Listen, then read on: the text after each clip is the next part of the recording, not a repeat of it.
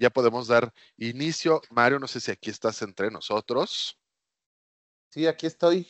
Eso, aquí estás. Qué gusto, muchas gracias. Bienvenido a este tu espacio y encantados de recibirte aquí todos nosotros. Hay gente del CIBNOR en Baja California Sur y bueno, ¿qué te puedo decir? Hay mucha gente de la UNAM y de varios otros lugares que igual, aunque no se han manifestado, están aquí de manera segura.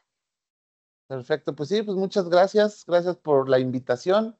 Gracias por la participación de todos los que están conectados en tiempo real y los que lo van a ver en el futuro.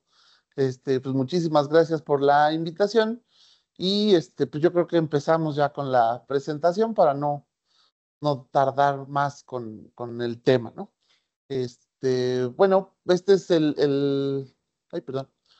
El título es Inóculos Felices, Bioreactores Exitosos. Esperamos que los inóculos y la gente que trabaja con los inóculos sea feliz para que sea esa felicidad o esa bien actuar del trabajo se lleve hasta un éxito final, ¿no? Esta es la agenda o los temas que voy a estar tocando. Una breve introducción hacia el escalamiento, qué hay antes del bioreactor, la preparación del inóculo, algunos cuidados y recomendaciones para tener inóculos sanos o inóculos felices, herramientas de optimización en la manufactura del inóculo o inclusive de algunos bancos microbianos o celulares y las conclusiones, ¿no? Entonces, como introducción, ¿cuándo usamos un bioreactor? Bueno, pues el bioreactor es el corazón del bioproceso, ¿no? Yo siempre lo he dicho que es la parte más sexy de los bioprocesos, es lo más atractivo porque vemos que un microorganismo que a lo mejor es invisible a ojo desnudo, nosotros podemos ver su comportamiento y es pues sí, emoción de tener a un microorganismo controlado y verlo cómo va creciendo, ¿no? Y trabajamos con los bioreactores para estudios de proceso, ¿no? Ya sea optimización de proceso, el screening o la selección de algunas cepas, pruebas de concepto en algunos casos, selección de clonas, medios o de inclusive de algunas cepas nativas, ¿no? Y ya con fines más hacia volúmenes más grandes, pues hacia la producción, ya sea en pequeña o en gran escala, y sobre todo la producción ya a grandes masas, ¿no? A grandes rendimientos. Pero siempre que hablamos de escalado, pues nosotros tenemos esta duda natural y es natural dentro del proceso tener esta duda de, bueno, ¿qué tanto es tantito, no? Siempre queremos que nuestro proceso suba y aumentar el volumen, aumentar el rendimiento, aumentar la concentración, mejorar los títulos, aumentar la actividad biológica, disminuir algunas etapas de proceso o inclusive optimizar los tiempos y las horas de trabajo, reducir los tiempos muertos, en fin. Cuando pensamos en optimización, pensamos siempre positivamente, ¿no? Vemos siempre los lados atractivos y benéficos de hacer un buen escalamiento, de aumentar positivamente el volumen.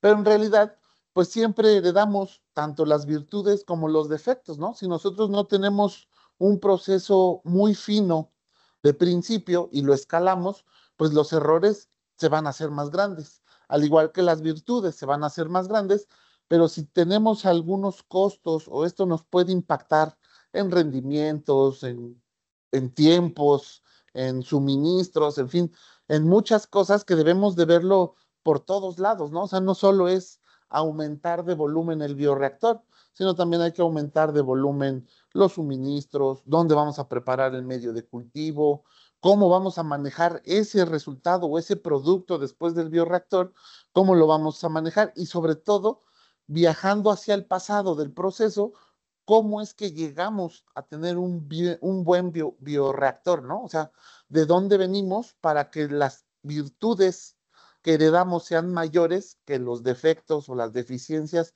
dentro de nuestro proceso.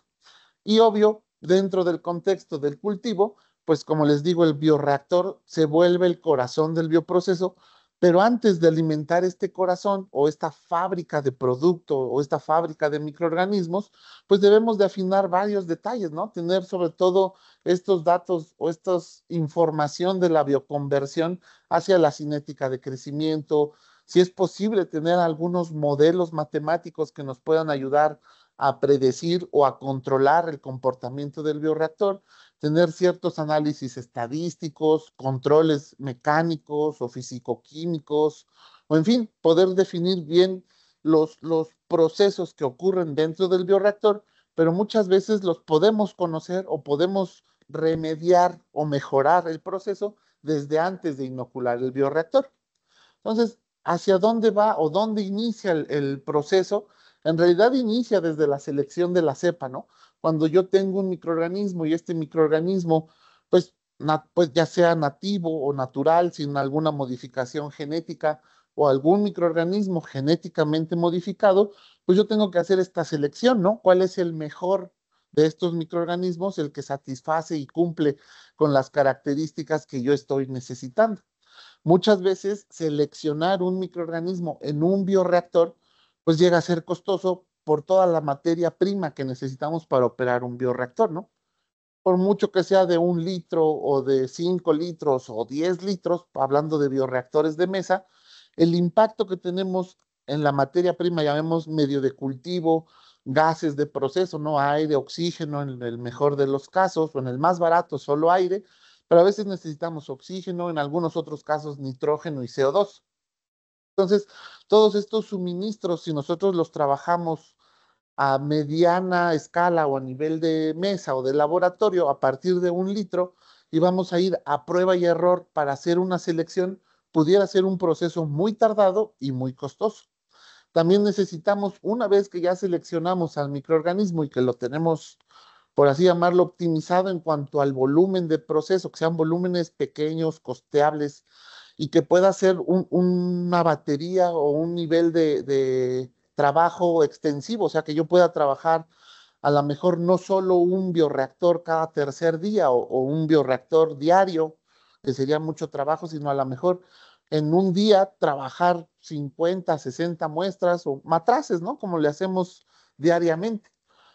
Teniendo estas posibilidades, ahora ya que seleccionamos hacia la preservación o el mantenimiento de nuestro microorganismo, pues es importante, ¿no? Tener hacia un almacenamiento refrigeradores, ultracongeladores, sistemas de ¿cómo llamarlo?, de contención o de mantenimiento y almacenamiento de los microorganismos que nos permita que conserven de lo que ya nosotros seleccionamos, tener esas características y mantenerlas de forma correcta o de forma que sufran lo menos posible alguna alteración. Ya que los tenemos almacenados y que los podemos preservar, es necesario reactivar o despertar estas células de que están en la criopreservación, pasarlas a un medio de cultivo y reactivarlas, pasarlas de un vial que tenemos a un bioreactor, aunque sea un bioreactor de 1 litro o de 2 litros, es mucho volumen. Siempre necesitamos tener un tren de inoculación o un tren de reactivación en donde nosotros vayamos aumentando el volumen gradualmente y vayamos aumentando la concentración de estos microorganismos. Llega a pasar que cuando usamos muy poco volumen de inóculo en un gran volumen de proceso, el tiempo de adaptación y la fase lag es muy, muy larga y eso impacta el costo, ¿no? O sea, tenemos un bioreactor que a lo mejor pudiera durar unas 8 horas o unas 4 horas de proceso, pero en esta etapa de adaptación o en esta fase lag a lo mejor le invertimos como mínimo 1 hora, si no es que hasta mucho más, ¿no? En algunos procesos, cuando pasamos directo de la descongelación. Y obvio, también queremos llegar, una vez que ya reactivamos la cepa o la clona, pues queremos llevarla a una escala que sea favorable a nuestro proceso, ¿no? Ya sea para producción, para investigación o para algunos otros fines, como solo obtención de datos o obtención de experiencia. Entonces, el bioproceso o el resumen del bioproceso, pues es esta entrada de un sustrato biocatalizada por un microorganismo, ya sea células, bacterias, levaduras o inclusive hasta enzimas, ¿no? Que se encargan de tener una reacción y que me van a generar otro producto como me van a generar otro bien o servicio, ¿no?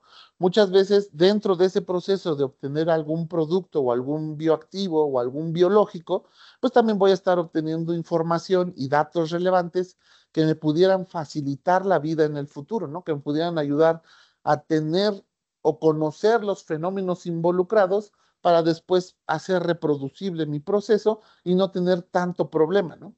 Y esto es muy breve, esta es una embarradita de lo que pasa en cuanto a los balances de materia, ¿no?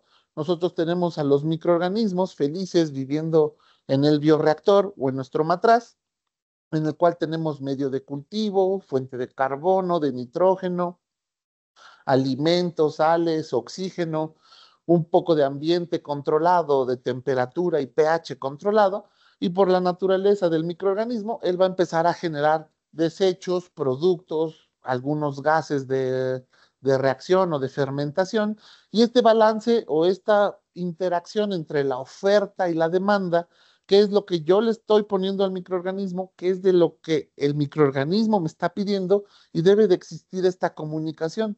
Pero muchas veces por falta de experiencia o por falta de sensores, no podemos entender perfectamente bien qué es lo que necesita el microorganismo, cuál es la demanda y qué es lo que nosotros podemos ofertar. Muchas veces recurrimos al estado del arte, ¿no? Y vamos hacia documentos o papers o artículos donde nosotros podemos revisar qué se ha hecho en el pasado y en otras condiciones con respecto a nuestro proceso o con respecto al microorganismo, y eso nos da una idea. Y nosotros podemos saber hacia dónde ir. Pero algo que debemos de conocer y que es hasta cierto punto obvio, es que a los microorganismos no les, y a los macroorganismos tampoco, no nos gusta el gradiente, ¿no? El gradiente no se ve muy bien aquí por la diapositiva, pero el concepto es la razón existente entre el cambio de valor de magnitud de dos puntos a distancia que se registran entre ellos. Traducción de esto es que, por ejemplo, si yo tengo comida en este lado y habemos un grupo de gente hacia acá, hacia donde estoy yo, el que va a comer primero es el que está más cerca del alimento, o sea, es esta diferencia de distancia. Pero si la persona que está más cerca del alimento come más que todos los demás, entonces este gradiente o esta concentración de alimento no va a llegar fácilmente a los que están detrás de los otros elementos. Eso pasa en todo, ¿no? Y tenemos gradientes de masa y de energía, ¿no? Concentraciones, gradiente de concentración, gradiente de temperatura, de pH, de oxígeno, de biomasa, de luz, de electromagnéticos, en fin, de lo que nosotros podamos medir, normalmente podemos tener un gradiente. Gradiente de oxígeno, gradiente de CO2, gradiente de lo que nosotros queramos, ¿no? Y esto va a hacer que la repartición, en este caso de los nutrientes y de los factores ambientales favorables al microorganismo, si nosotros los tenemos en un sistema estático, se va a generar ese gradiente o va a haber esa diferencia y va a haber unos que estén favorecidos y que tengan acceso rápido y en altas cantidades al producto, y va a haber otros microorganismos que estén alejados de este producto.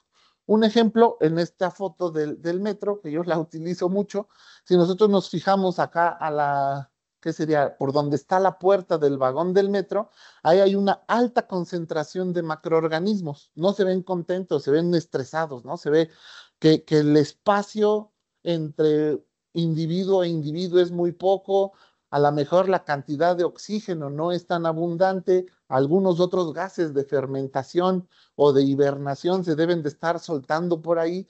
Entonces, el ambiente que tenemos ahí, el gradiente de oxígeno, de temperatura y demás, ahí se consume rapidísimo, ¿no? Va a haber una baja de los nutrientes y de los elementos de bienestar. Y si lo vemos hacia el otro extremo de la foto, donde está la ventana, donde la gente va sentada, respetan su espacio, no hay tanto aglutinamiento, hasta parece ser que no hay codos ni manos en la cara de nadie, el espacio es mayor, entonces el aprovechamiento y el estrés es menor. Si nosotros pudiéramos sacudir este vagón de metro, no lo podemos hacer, y acomodar a todos los individuos, estaríamos generando un gradiente y estaríamos democratizando, por así decirlo, el acceso a los nutrientes. En este caso estoy hablando de oxígeno y de gases de hibernación, ¿no? Que se pudieran generar. Pero como a ningún ser biológico, me atrevo a decir, nos gusta el gradiente, pues existen métodos y alternativas para eliminarlo lo más que se pueda.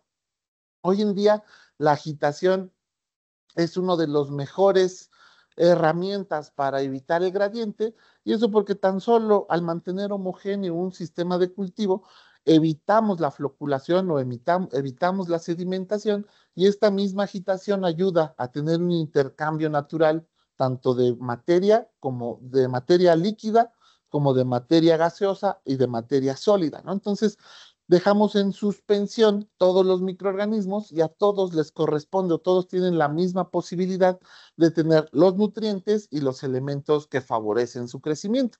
Y esto aplica para todas las especies, ¿no? Bacterias, células de mamíferos, células de insecto, levaduras, hongos, en fin, el microorganismo que ustedes trabajen, normalmente casi todos los trabajamos en un matraz, ¿no? Entonces, al tener nosotros un sistema de agitación que permita que estos matraces ofrezcan democráticamente todos los nutrientes y opciones de crecimiento a la mayoría de la población, el crecimiento va a ser más homogéneo y el rendimiento del proceso en cuanto a la temperatura de crecimiento, la concentración de nutrientes y el intercambio de gases va a ser mucho más favorable, ¿no? Entonces, con solo tener un sistema de agitación podemos favorecer muchísimo el crecimiento de los microorganismos.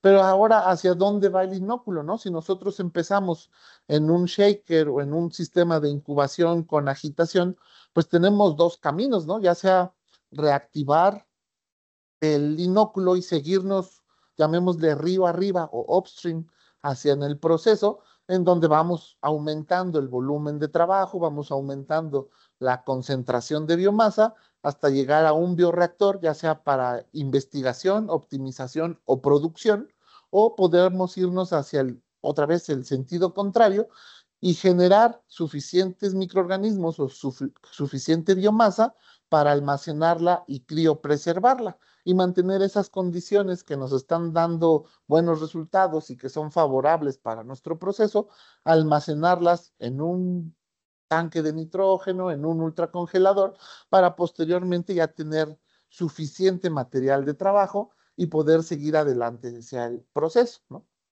Hace unas recomendaciones. Normalmente el uso del shaker es de bajo volumen y en etapas previas a la producción o a la optimización dinámica, ¿no? Que es lo que nos puede dar un bioreactor.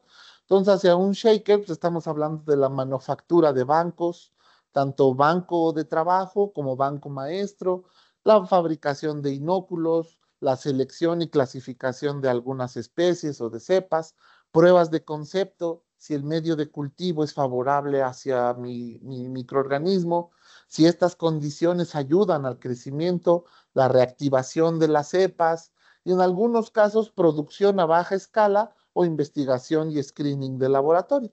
A diferencia de un bioreactor que puede servir ya con objetivos más dinámicos, como les decía, ¿no? Hacia un escalamiento, producción de diferentes metabolitos, ver alteraciones dinámicas en cuanto a cambios de temperatura, cambios de concentración, generar de una forma más rápida algunas cinéticas o estrategias de control e inclusive la optimización del proceso. Entonces, hacia las recomendaciones y la preparación del inóculo, pues es muy importante que en la fase de crecimiento o al tratar de reducir lo más posible la fase lag, pues nosotros tenemos que hacer varias cosas o no tenemos que hacer algunas cosas, como por ejemplo no cambiar drásticamente el medio de cultivo, ¿no? Si nosotros criopreservamos nuestros microorganismos en un medio de cultivo, cuando los descongelemos y los reactivemos, que ese medio de cultivo sea lo más parecido en el que estuvieron durante tiempo criopreservado o que sea el mismo, salvo quitar algunos componentes o poner otros componentes para la criopreservación, ¿no? Pero si vamos a hacer cambios en el medio de cultivo, los debemos de tener bien estudiados en papel, si es posible ver algunas alternativas o conocer qué ha pasado antes haciendo investigación de literatura, o de plano no hacer ningún cambio en el medio de cultivo y ver el comportamiento estable, ¿no? Mantener esta, que pudiera ser una variable, el medio de cultivo, mantenerlo lo más estable posible, ¿no? Hoy en día ya hay muchos fabricantes y muchas marcas que fabrican medios de cultivos especiales que ya venden una o proporcionan una hoja específica para las aplicaciones, ¿no? También la concentración de la biomasa o lo que nosotros estamos generando, en este caso de los microorganismos, pues reducirlo lo menos posible, o sea, mantener un volumen de una semilla o de este pase a pase que normalmente se recomienda que sea el 10% del siguiente volumen, ¿no? Si yo descongelo un vial de 1 mililitro, cuando yo tengo ese mililitro, bueno, pues diluirlo o pasarlo a lo mejor a 10 mililitros, bueno, a 9 mililitros, para que sea el 10% volumen y tenga un total de 10 mililitros, 1 mililitro de concentrado celular y 9 de medio de cultivo, ¿no? Y conservar por regla de dedo o por características o bueno, por estándares, se utiliza esa proporción del 10%, ¿no? También cuando se hace la inoculación a un bioreactor o a un sistema más grande, conservar esta proporción del 10%. Otras recomendaciones hacia la preparación del inóculo, pues es evitar remover las células, ¿no? O sea, si nosotros por necesidad tenemos que tomar una muestra, número uno, que sea una muestra lo más representativa posible, y si se puede tener un sistema en el cual no tengamos que hacer una purga o un desecho de un volumen o de una concentración celular que pudiera ser importante, tenerlo en cuenta. A veces es imposible, ¿no? O es muy, muy difícil tener un sistema de muestreo que no nos implique una merma. Hoy en día ya hay tecnologías de las cuales voy a hablar más adelante que nos pueden ayudar a hacer, a conocer qué es lo que está pasando dentro de nuestro matraz o dentro de nuestro botella de crecimiento sin necesidad de tomar una muestra y de ir rasurando o ir bajando el volumen de biomasa y el volumen de operación. Otro dato muy importante para la preparación del inóculo es evitar los cambios ambientales, ¿no? Creo que es necesario cuando nosotros, no sé, tenemos nuestra incubadora, tenemos 5 matraces, un matraz de referencia. Este matraz de referencia es el que vamos a estar metiendo y sacando para la muestra. Entonces, conforme lo vamos sacando y le vamos tomando muestra, además de que el volumen y la concentración va a bajar, las condiciones ambientales en cuanto a temperatura, humedad, concentración atmosférica, presión, si lo quisiéramos ver, que a lo mejor en este caso no impacta tanto, pero sí la temperatura, sí la agitación, y depende también mucho del tiempo de muestreo, ¿no? Porque a lo mejor yo puedo tomar el matraz, soy un técnico o un ingeniero experto y me tardo 20 segundos en tomar una muestra y regreso el matraz a la incubadora. Pues en 20 segundos el gradiente de temperatura o el cambio de temperatura no fue tan drástico, pudiéramos decirlo. Pero si yo estoy empezando con el muestreo y no tengo todas las herramientas a la mano, pero ya saqué el matraz y ahora dónde está la jeringa y la pipeta y se le acabó la pila, el pipeteador y todos esos problemas que sabemos que pasan día a día, pues la temperatura, la agitación y las condiciones de ese matraz van a ser muy diferentes a las de los matraces que están adentro. Entonces, en realidad, ¿qué tan representativo es mi matraz representativo? Se ha tenido estos cambios, ¿no? Hoy en día hay estrategias y medidores online que me pueden ayudar a medir la biomasa, que me pueden ayudar a agregar líquidos y que me pueden ayudar a hacer estrategias de control o de análisis de los datos para no tener tantas alteraciones, ¿no? Vamos a hablar más adelante, o voy a hablar más adelante de eso. Hacia otra vez a la preparación del inóculo, pues es muy importante tener y conocer y trabajar con el mejor volumen posible dentro de un matraz. Hablando hacia matraces Erlenmeyer, como ven que tienen diseño cónico invertido, conforme va subiendo el volumen, el contacto del líquido con el gas, el área va siendo menor. Conforme va bajando en el cuerpo del matraz, el área de contacto entre el líquido y el gas va a ser mayor. Entonces se recomienda cuando trabajemos con matraces Erlenmeyer o inclusive con estos botellones de fermentación o Fernbach, no usarlos al 100% de su volumen. En matraces Erlenmeyer se recomienda trabajar un 25-30% de su volumen total y poder tener un margen de trabajo, a lo mejor un máximo de 33 o 35% del volumen y un mínimo del 10%. ¿Por qué no menos del 10%? Porque si cuando trabajamos durante un largo periodo a temperatura alta, por ejemplo 30, 37 grados o hasta 40 grados, un volumen del 10% es muy probable o altamente probable que se evapore muy rápido. Entonces va a haber pérdida de agua y la concentración de líquido y la molaridad y demás concentración del medio de cultivo puede variar drásticamente dependiendo de la temperatura y de la evaporación, si no tenemos un sistema que controle la evaporación, ¿no? También si trabajamos volumen mayor al 33%, pues es probable que el área de contacto sea mucho menor. Lo que pasa en un agitador orbital, como podemos ver aquí en el extremo de la diapositiva, es que conforme va aumentando la agitación, el área de contacto entre el gas y el líquido va aumentando por misma fuerza centrífuga y separación. Entre 400 revoluciones por minuto tenemos un tipo o un área de contacto que cuando subimos hacia 1000 revoluciones, esta área aumenta notoriamente, ¿no? Entonces, esta área de contacto ayuda a tener una mejor transferencia de materia y de energía en cuanto a temperatura, oxígeno y sales de concentración o nutrientes del medio de cultivo, ¿no? Este es un breve ejemplo de cómo trabajar los porcentajes, ¿no? Hacia el volumen de un matraz, a lo mejor si es de 500 mililitros, el ideal sería de 125, el mínimo de 50 y el máximo de 165, ¿no? Es nomás como un breve ejemplo.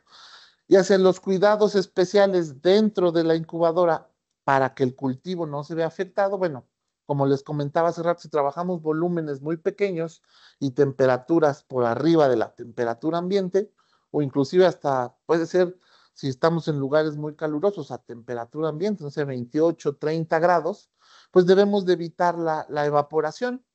Para evitar la evaporación se pueden tener controles de humedad o cámaras de humedad, las cuales trabajen entre un 80-85% de humedad atmosférica y que puedan ayudarme a que la evaporación sea lo menos posible dentro de mis recipientes.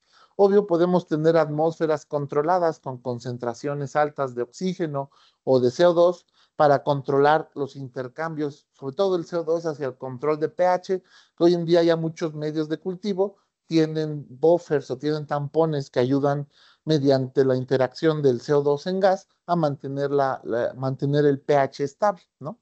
También hay que trabajar en un ambiente limpio o en un ambiente aséptico, con recubrimientos antimicrobianos, con la posibilidad de lámparas ultravioleta que estén inactivando el gas o el aire que está dentro de la incubadora, pero que no entre en contacto con mis microorganismos, ¿no? O sea, que mi experimento nunca vea o nunca reciba esta luz ultravioleta de forma directa, pero sí trabajar las condiciones ambientales más limpias posible para que no se afecte o que no vaya a entrar algún microorganismo que pudiera afectar. Muchas veces algunas incubadoras clásicas trabajan con charolas o bandejas de baño de agua, ¿no? Es normal cada tercer día o cada semana revisar cómo está el agua y pues, a veces cuando se nos pasa el fin de semana y vemos un precioso hongo nadando, pues esa ya es una fuente de contaminación que pudiera entrar a mis matraces, ¿no? En estos casos se recomiendan tener incubadoras que no tengan estas albercas o estas piscinas para agentes contaminantes, pero que sí tengan sistemas de espreado y que mantengan la humedad, ¿no? Y sobre todo, en caso de que se necesitara luz para crecimiento de algunas algas o de cultivos vegetales, pues tener también esa posibilidad, ¿no? En nuestro caso, nuestros shakers tienen las esquinas redondeadas y un sistema de desagüe, lo cual permite una limpieza interna mucho más fácil y práctica, ¿no? Si llegara a haber algún derrame, algún accidente o alguna caída de líquidos, es muy fácil removerlo. Pero ahora, para optimizar, ya por último, para mejorar nuestro proceso, ¿qué herramientas hoy en día tenemos? Además de tener un shaker que me pueda controlar temperatura, agitación, inyección de CO2 y humedad, ¿qué otras herramientas podemos utilizar? Si ya sabemos que el gradiente se elimina fácilmente con la agitación, pero que estos intercambios o estas alteraciones atmosféricas al control del microorganismo, del matraz, perdón, alteran el crecimiento del microorganismo. ¿Qué se puede hacer? Hacia la temperatura, la agitación, la nutrición y la atmósfera o el ambiente en donde está creciendo nuestro microorganismo, estos 4 factores que yo aquí menciono son muy importantes de mantener, ¿no? Como veíamos, temperatura y agitación los puedo mantener siempre y cuando no saque el matraz de mi incubadora, y la nutrición y la atmósfera muchas veces, o un 90% de los casos, depende del medio de cultivo que nosotros estamos trabajando. Entonces, hacia los factores físico-químicos que afectan, como la temperatura y el pH, hoy en día podemos controlar y medir dentro de nuestros matraces el pH o el oxígeno disuelto, en el cual nosotros podemos estar trabajando con un sistema de una pastilla, en el cual, bueno, voy a hablar más adelante de él, nos ayuda a medir directamente el pH, ¿no? Y el oxígeno disuelto. Muchas veces cuando llegamos a un bioreactor trabajando desde un shaker y llegamos ya al bioreactor, decimos, bueno, en el matraz creció divino, creció padrísimo, tengo altas concentraciones de biomasa, inoculo muy bien, y ¿cuál voy a poner de set de oxígeno disuelto en mi bioreactor?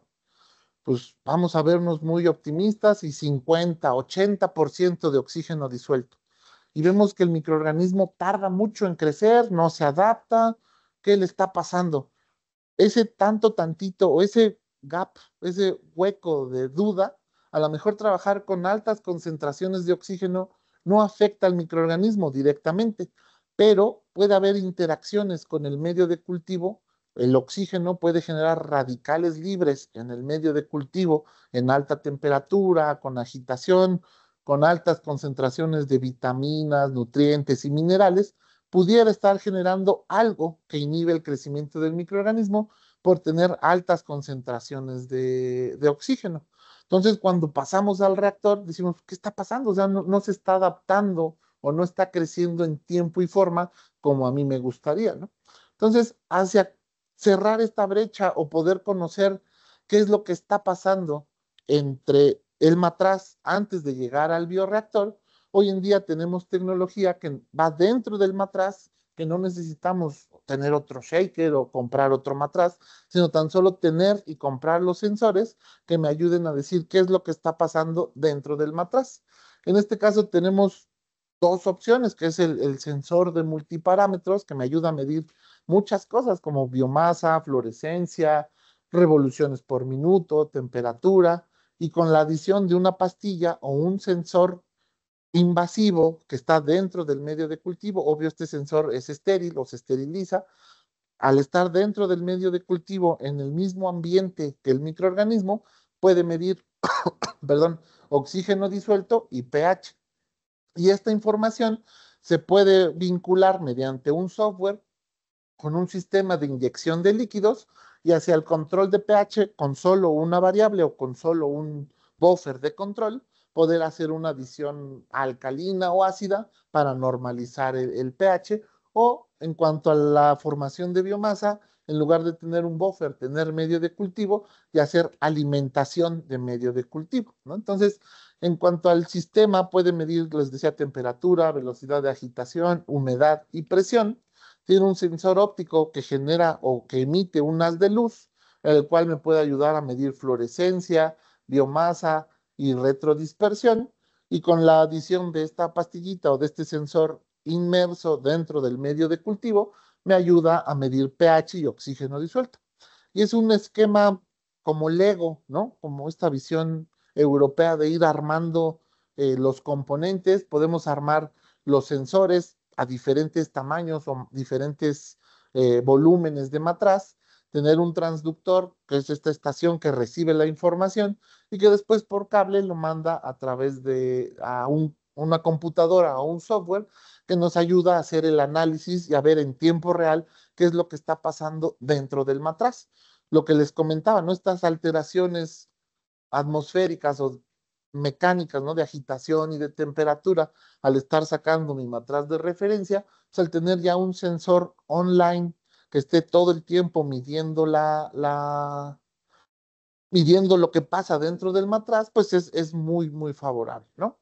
¿Cómo funciona? Bueno, pues al sensor emite un haz de luz, este haz de luz va a ser reflejado por los microorganismos que están dentro del matraz y conforme vaya aumentando la concentración de los microorganismos, el reflejo de la luz o la reflexión de la luz va a ser mayor y el sensor va a recibir un mayor crecimiento, una mayor señal que se puede asociar directamente a mayor crecimiento. Entonces, esto me ayuda a tener una medición no invasiva, directa, en tiempo real, del crecimiento de la biomasa, ¿no? Ya sea para matraces Erlenmeyer o para algún otro tipo de botellas translúcidas que permitan la adaptación de este sensor debajo del matraz para que esté midiendo lo que está pasando, ¿no? Y ahora hacia la medición interna, ya en el medio de cultivo, se puede adicionar esta píldora, la cual es un medidor de pH y de oxígeno disuelto, que este sí, a través de una señal Bluetooth, va a mandar la señal a la base o al sensor que está debajo del matraz, recibe esta señal y ya por cable manda la información hacia la computadora, ¿no? Entonces, este medidor o esta pastilla va a estar midiendo durante todo el tiempo el proceso, durante todo el tiempo del proceso, la concentración de oxígeno disuelto y el pH. Entonces, pues ya nos está dando información muy importante de qué es lo que pasa en el inóculo, cómo puedo mantener felices o puedo mantener y conocer los datos que se están generando desde el matraz para que cuando yo llegue al bioreactor, pues ya no tener un gap tan grande de qué está pasando o qué valor es el que necesito para empezar después de inocular, ¿no? Como les decía, muchas veces, eh, ya con mucha experiencia, a lo mejor podemos ver la turbidez y la formación de biomasa, y a veces hay hasta con quien dice que por el olor se puede ver si está creciendo bien o ya se contaminó, pero pues son pruebas organolépticas que se dan después de muchos años de experiencia.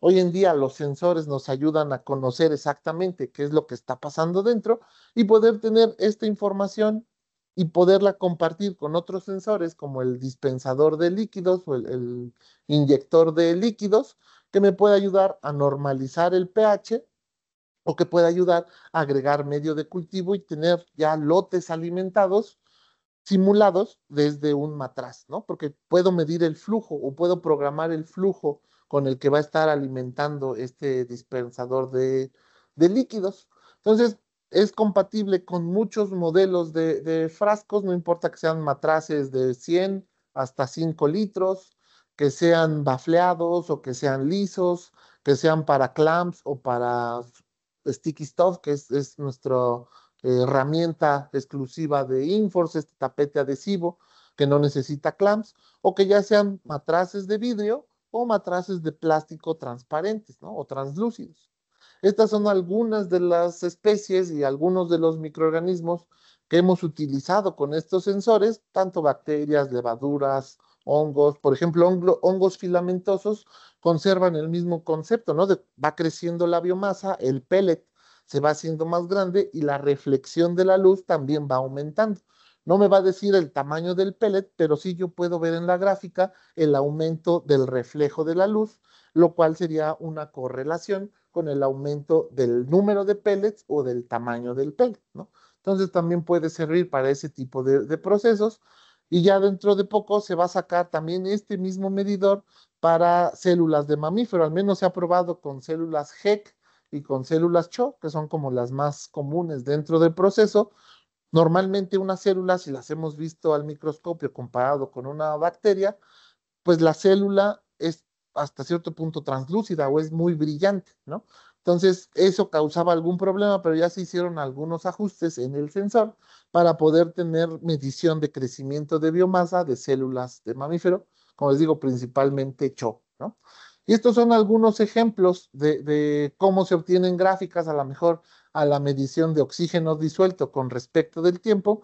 Y algo que es muy importante, si el proceso toma mucho tiempo, aquí tenemos abajo 72 horas, la pastilla no trabaja con una pila o no necesita una fuente de energía, es tan efectivo que su misma fuente de energía viene por la parte inferior, o sea, en el receptor, no tanto en el emisor.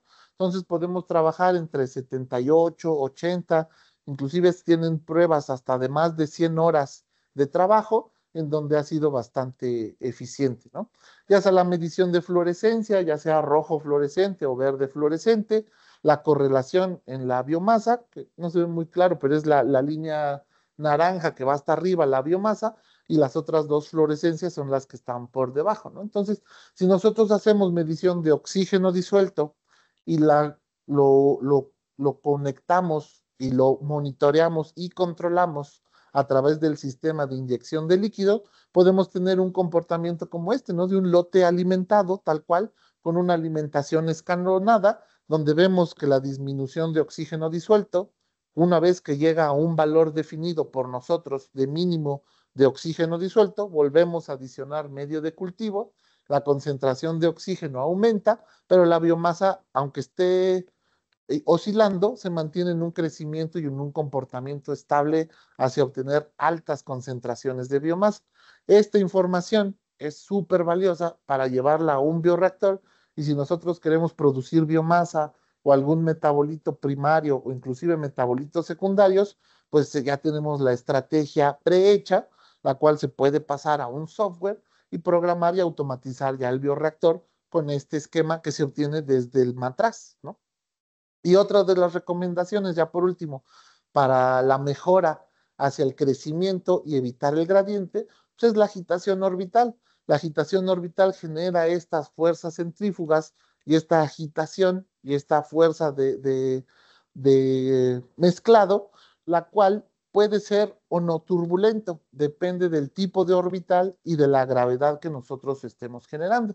Si nosotros queremos tener flujos turbulentos, pues podemos utilizar principalmente para cultivos microbianos que queremos que haya alta concentración y que no afecta tanto el esfuerzo de corte, podemos trabajar con un agitador orbital de 25 milímetros, el cual genera buenas mezclas, tiene velocidades de agitación entre 100 y 300 revoluciones por minuto y que puede servir para cultivos microbianos en recipientes de 25 a 2 litros, de 25 mililitros a 2 litros, o un sistema de agitación con un orbital de 50 milímetros, que la gravedad o los gradientes son menos turbulentos, pero la concentración de oxígeno es un poco mayor, y podemos trabajar velocidades desde 50 a 200 revoluciones por minuto, con un volumen de operación entre 200 mililitros, 2 litros o 5 litros, ¿no? O sea que todo el espectro de matraces pueden ser compatibles con este sistema, este diámetro de agitación. Y si nosotros trabajamos a lo mejor volúmenes muy pequeños, en tubos, en gradillas, en placas, y queremos un sistema de agitación que de verdad mueva, o sea, que de verdad esté generando gradiente, esté eliminando el gradiente y generando esta agitación orbital, tenemos un sistema de agitación de 3 milímetros, donde el diámetro es muy pequeño y la agitación es, llamémosle, altamente turbulenta, en donde nosotros podemos trabajar tubos o placas de micropozos y tener sistemas de agitación que pueden llegar hasta las 1000 revoluciones por minuto. Entonces, ya para las conclusiones, bueno, siempre el conocimiento es la antorcha que ilumina el camino y mientras más sé, pues más dudas tengo, ¿no? Pero no, ese no es el caso. Mientras más sé y conozco de mi proceso, menos huecos o menos dudas tengo para poder escalar correctamente, ¿no? Muchas veces esas dudas o esas preguntas de qué tanto es tantito son las que nos llevan muchas semanas o inclusive meses para poderlos advertir. Qué mejor tener la información desde un principio, desde niveles de cultivo matraz, que casi todos en nuestros laboratorios tenemos algún matraz o algún sistema de incubación o algún shaker y poderlo instrumentar para poder tener la mejor información posible, ¿no? Y también pues, es importante invertir en herramientas tecnológicas que sean de largo aliento o que sean de alcance prolongado, ¿no? O sea, no solo comprar una tecnología que a lo mejor me dure 1 o 2 años y que después ya vaya a ser obsoleta, sino buscar tecnologías que me asegure el proveedor que van a durar durante mucho tiempo y que me dé esta información durante el proceso, no importa cuánto tiempo tarde mi desarrollo o mi proceso de producción, ¿no? Entonces, bueno, esa sería una forma de tener un inóculo feliz y controlado y poder tener un bioreactor exitoso desde el principio, ¿no? Sin tantas preguntas o sin tantas dudas hacia cómo resolver o cómo, qué tanto es tantito, ¿no? Entonces, muchas gracias por su participación. Aquí están mis contactos, tanto número donde pueden mandar WhatsApp o correo electrónico o nuestra página web, o si no, como comentaba Cristian al principio, aquí en las ligas de contacto, además de que se les puede mandar su constancia, ahí pueden mandar preguntas o dudas o demás comentarios para que sigamos en contacto. Entonces, muchas gracias. No sé si tenemos tiempo para algunas preguntas o comentarios. Hola, Mario, encantado. La verdad es que qué plática tan amena. La verdad te agradezco mucho, por favor, el que nos estés apoyando, ¿no? Y además con el conocimiento que tienes, hacer un tema tan complejo, porque realmente el tema no es nada sencillo, hacerlo tan ameno. Vamos a empezar con las preguntas y respuestas. Bueno, ahorita les pedimos a todos que vayan escribiendo sus preguntas y Bien. también ahorita ya mi compañero Julio adjuntó en el chat la encuesta de SurveyMonkey, que son inóculos bioreactores, para que por favor todos aquellos que quieran registrarse y recibir lo que sea su constancia, alguna solicitud de cotización, alguna duda o algo, con mucho gusto la podemos responder a través de esta plataforma.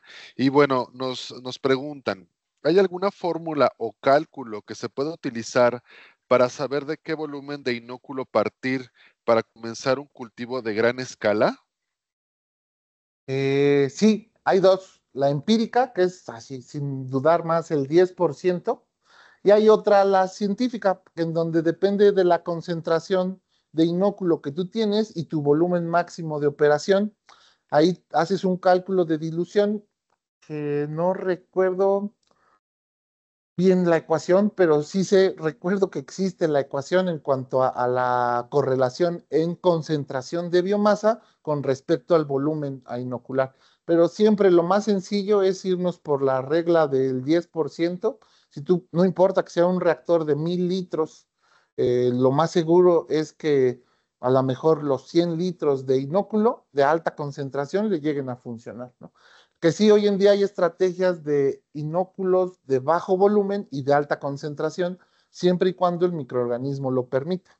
Porque a lo mejor se ha hecho esto con bacilos y con levaduras, pero con algunas bacterias y células de mamífero modificadas genéticamente, tener alta concentración de células y bajo volumen de inóculo ha causado algunos estreses, sobre todo por la modificación genética. Pero sí, lo más seguro es del 10% de tu volumen a inocular. Perfecto. Eh, Alejandra Alonso dice, ¿es posible, además de monitorear densidad celular y pH, hacer muestreo sin tener que quitar el sensor? Hacer muestreo, sí, sí, tú puedes retirar el matraz en cualquier momento y el sensor queda ahí abajo, o sea, el sensor no va pegado al matraz, queda en la base del clamp o del sticky stuff donde esté pegado el matraz. Tú puedes retirar el matraz y llevártelo, a lo mejor necesitas tomar muestra para análisis de proteínas, endotoxinas, esterilidad, en fin, otras pruebas, y tú lo puedes regresar sin ningún problema, ¿no? Y mientras el sensor te va a hacer ahí un hueco o va a marcar porque es un haz de luz que tú retiras y se proyecta el haz de luz, te va a dar ahí un pico, pero pues tú ya tienes el dato de la hora en que muestreaste o que retiraste el matraz y lo vuelves a regresar y se queda en donde estuvo la última lectura, ¿no? Entonces sí, tú puedes muestrear o retirarlo sin problema. Y hacia muestreo autónomo o muestreo directo, hay algunas tapas de algunos fabricantes de plástico, que ahorita no recuerdo la marca, pero sí hay unas tapas que ya tienen puertos de muestreo que tú puedes conectar jeringas para hacer extracción o poner sistemas manuales o automáticos, pero no recuerdo ahorita la marca de las tapas para hacerle el muestreo sin necesidad de abrir el matraz. Perfecto. Nos dice Pamela Cifuentes, ¿en dónde se podría conseguir el sensor que va en el medio líquido y qué costo tendría? Mándanos tu correo y ya te mandamos más información y la cotización del equipo. En sí, los componentes es el sensor de haz de luz, la píldora o la pastillita que va dentro del líquido, un transductor y el software. Pero sí, mándanos por correo o déjanos tu correo aquí abajo en los comentarios para mandarte la información y una cotización. El precio, más o menos, si mi memoria no me falla, anda como en los 4,000, $5,000 el sensor, ¿no? Pero puede, puede estar mal, ¿no? Anda en ese orden.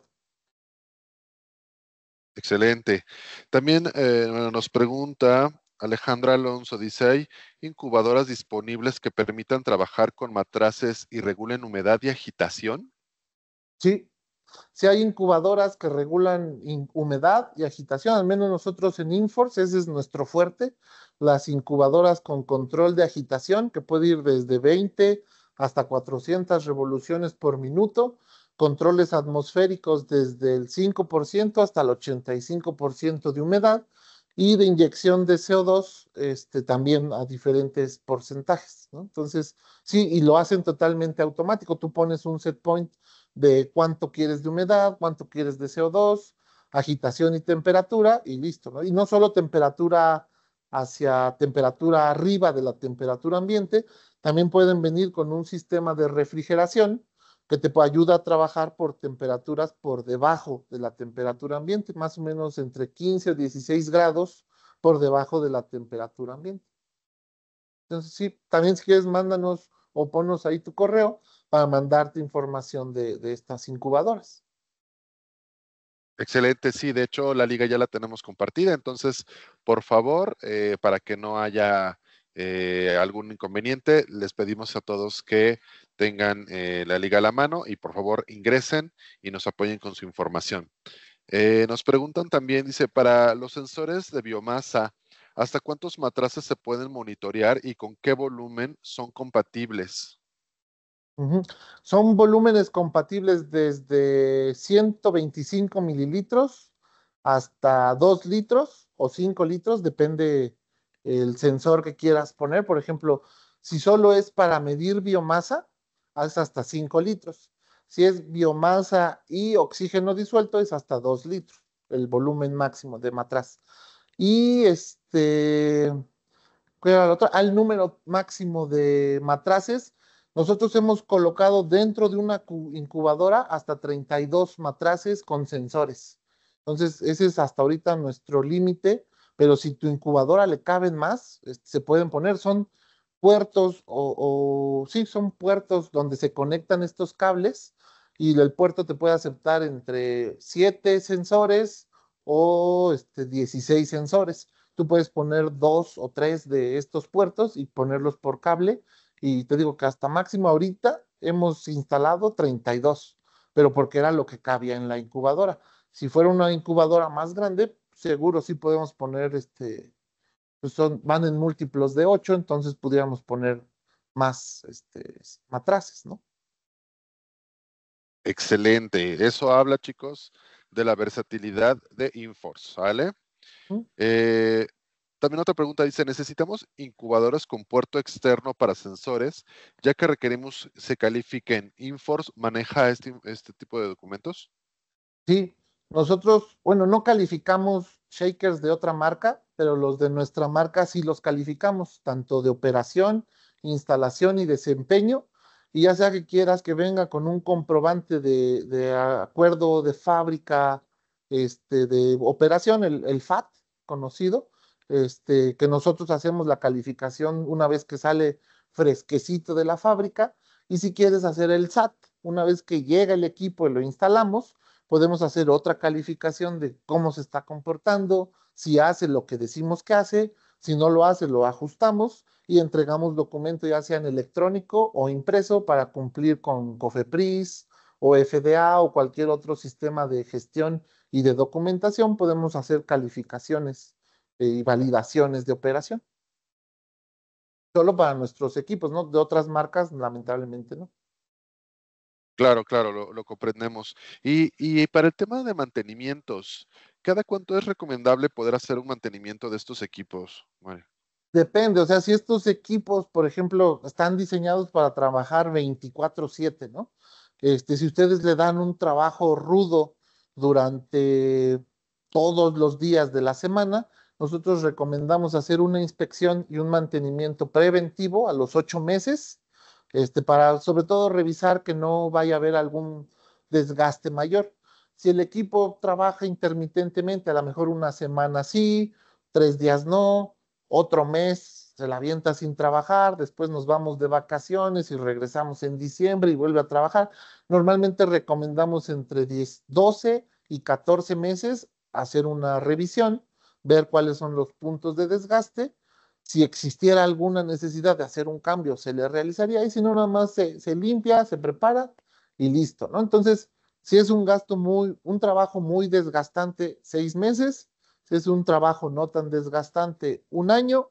Y si es un trabajo intermitente, porque nos ha pasado, pues lo podemos hacer cada 14 o 18 meses sin problemas. Depende mucho del esfuerzo que se le dé al equipo. Perfecto. Por lo pronto ya no hay más preguntas, o no por el momento. Y pues estamos muy felices, ¿no? De acogerlos, de recibir sus comentarios y bueno, ya luego estaremos publicando el evento que tenemos en el estado de Morelos para que nos visiten allá en el mes de abril. Entonces, en el mes de marzo, por favor, aquellos que son de la industria alimentaria, va a ser todo un agasajo los eventos que vamos a estar exponiendo con ustedes. Sale, les agradecemos mucho su tiempo, estamos encantados de recibirlos y bueno, nos veremos en nuestro próximo webinar. Muchas gracias y hasta luego.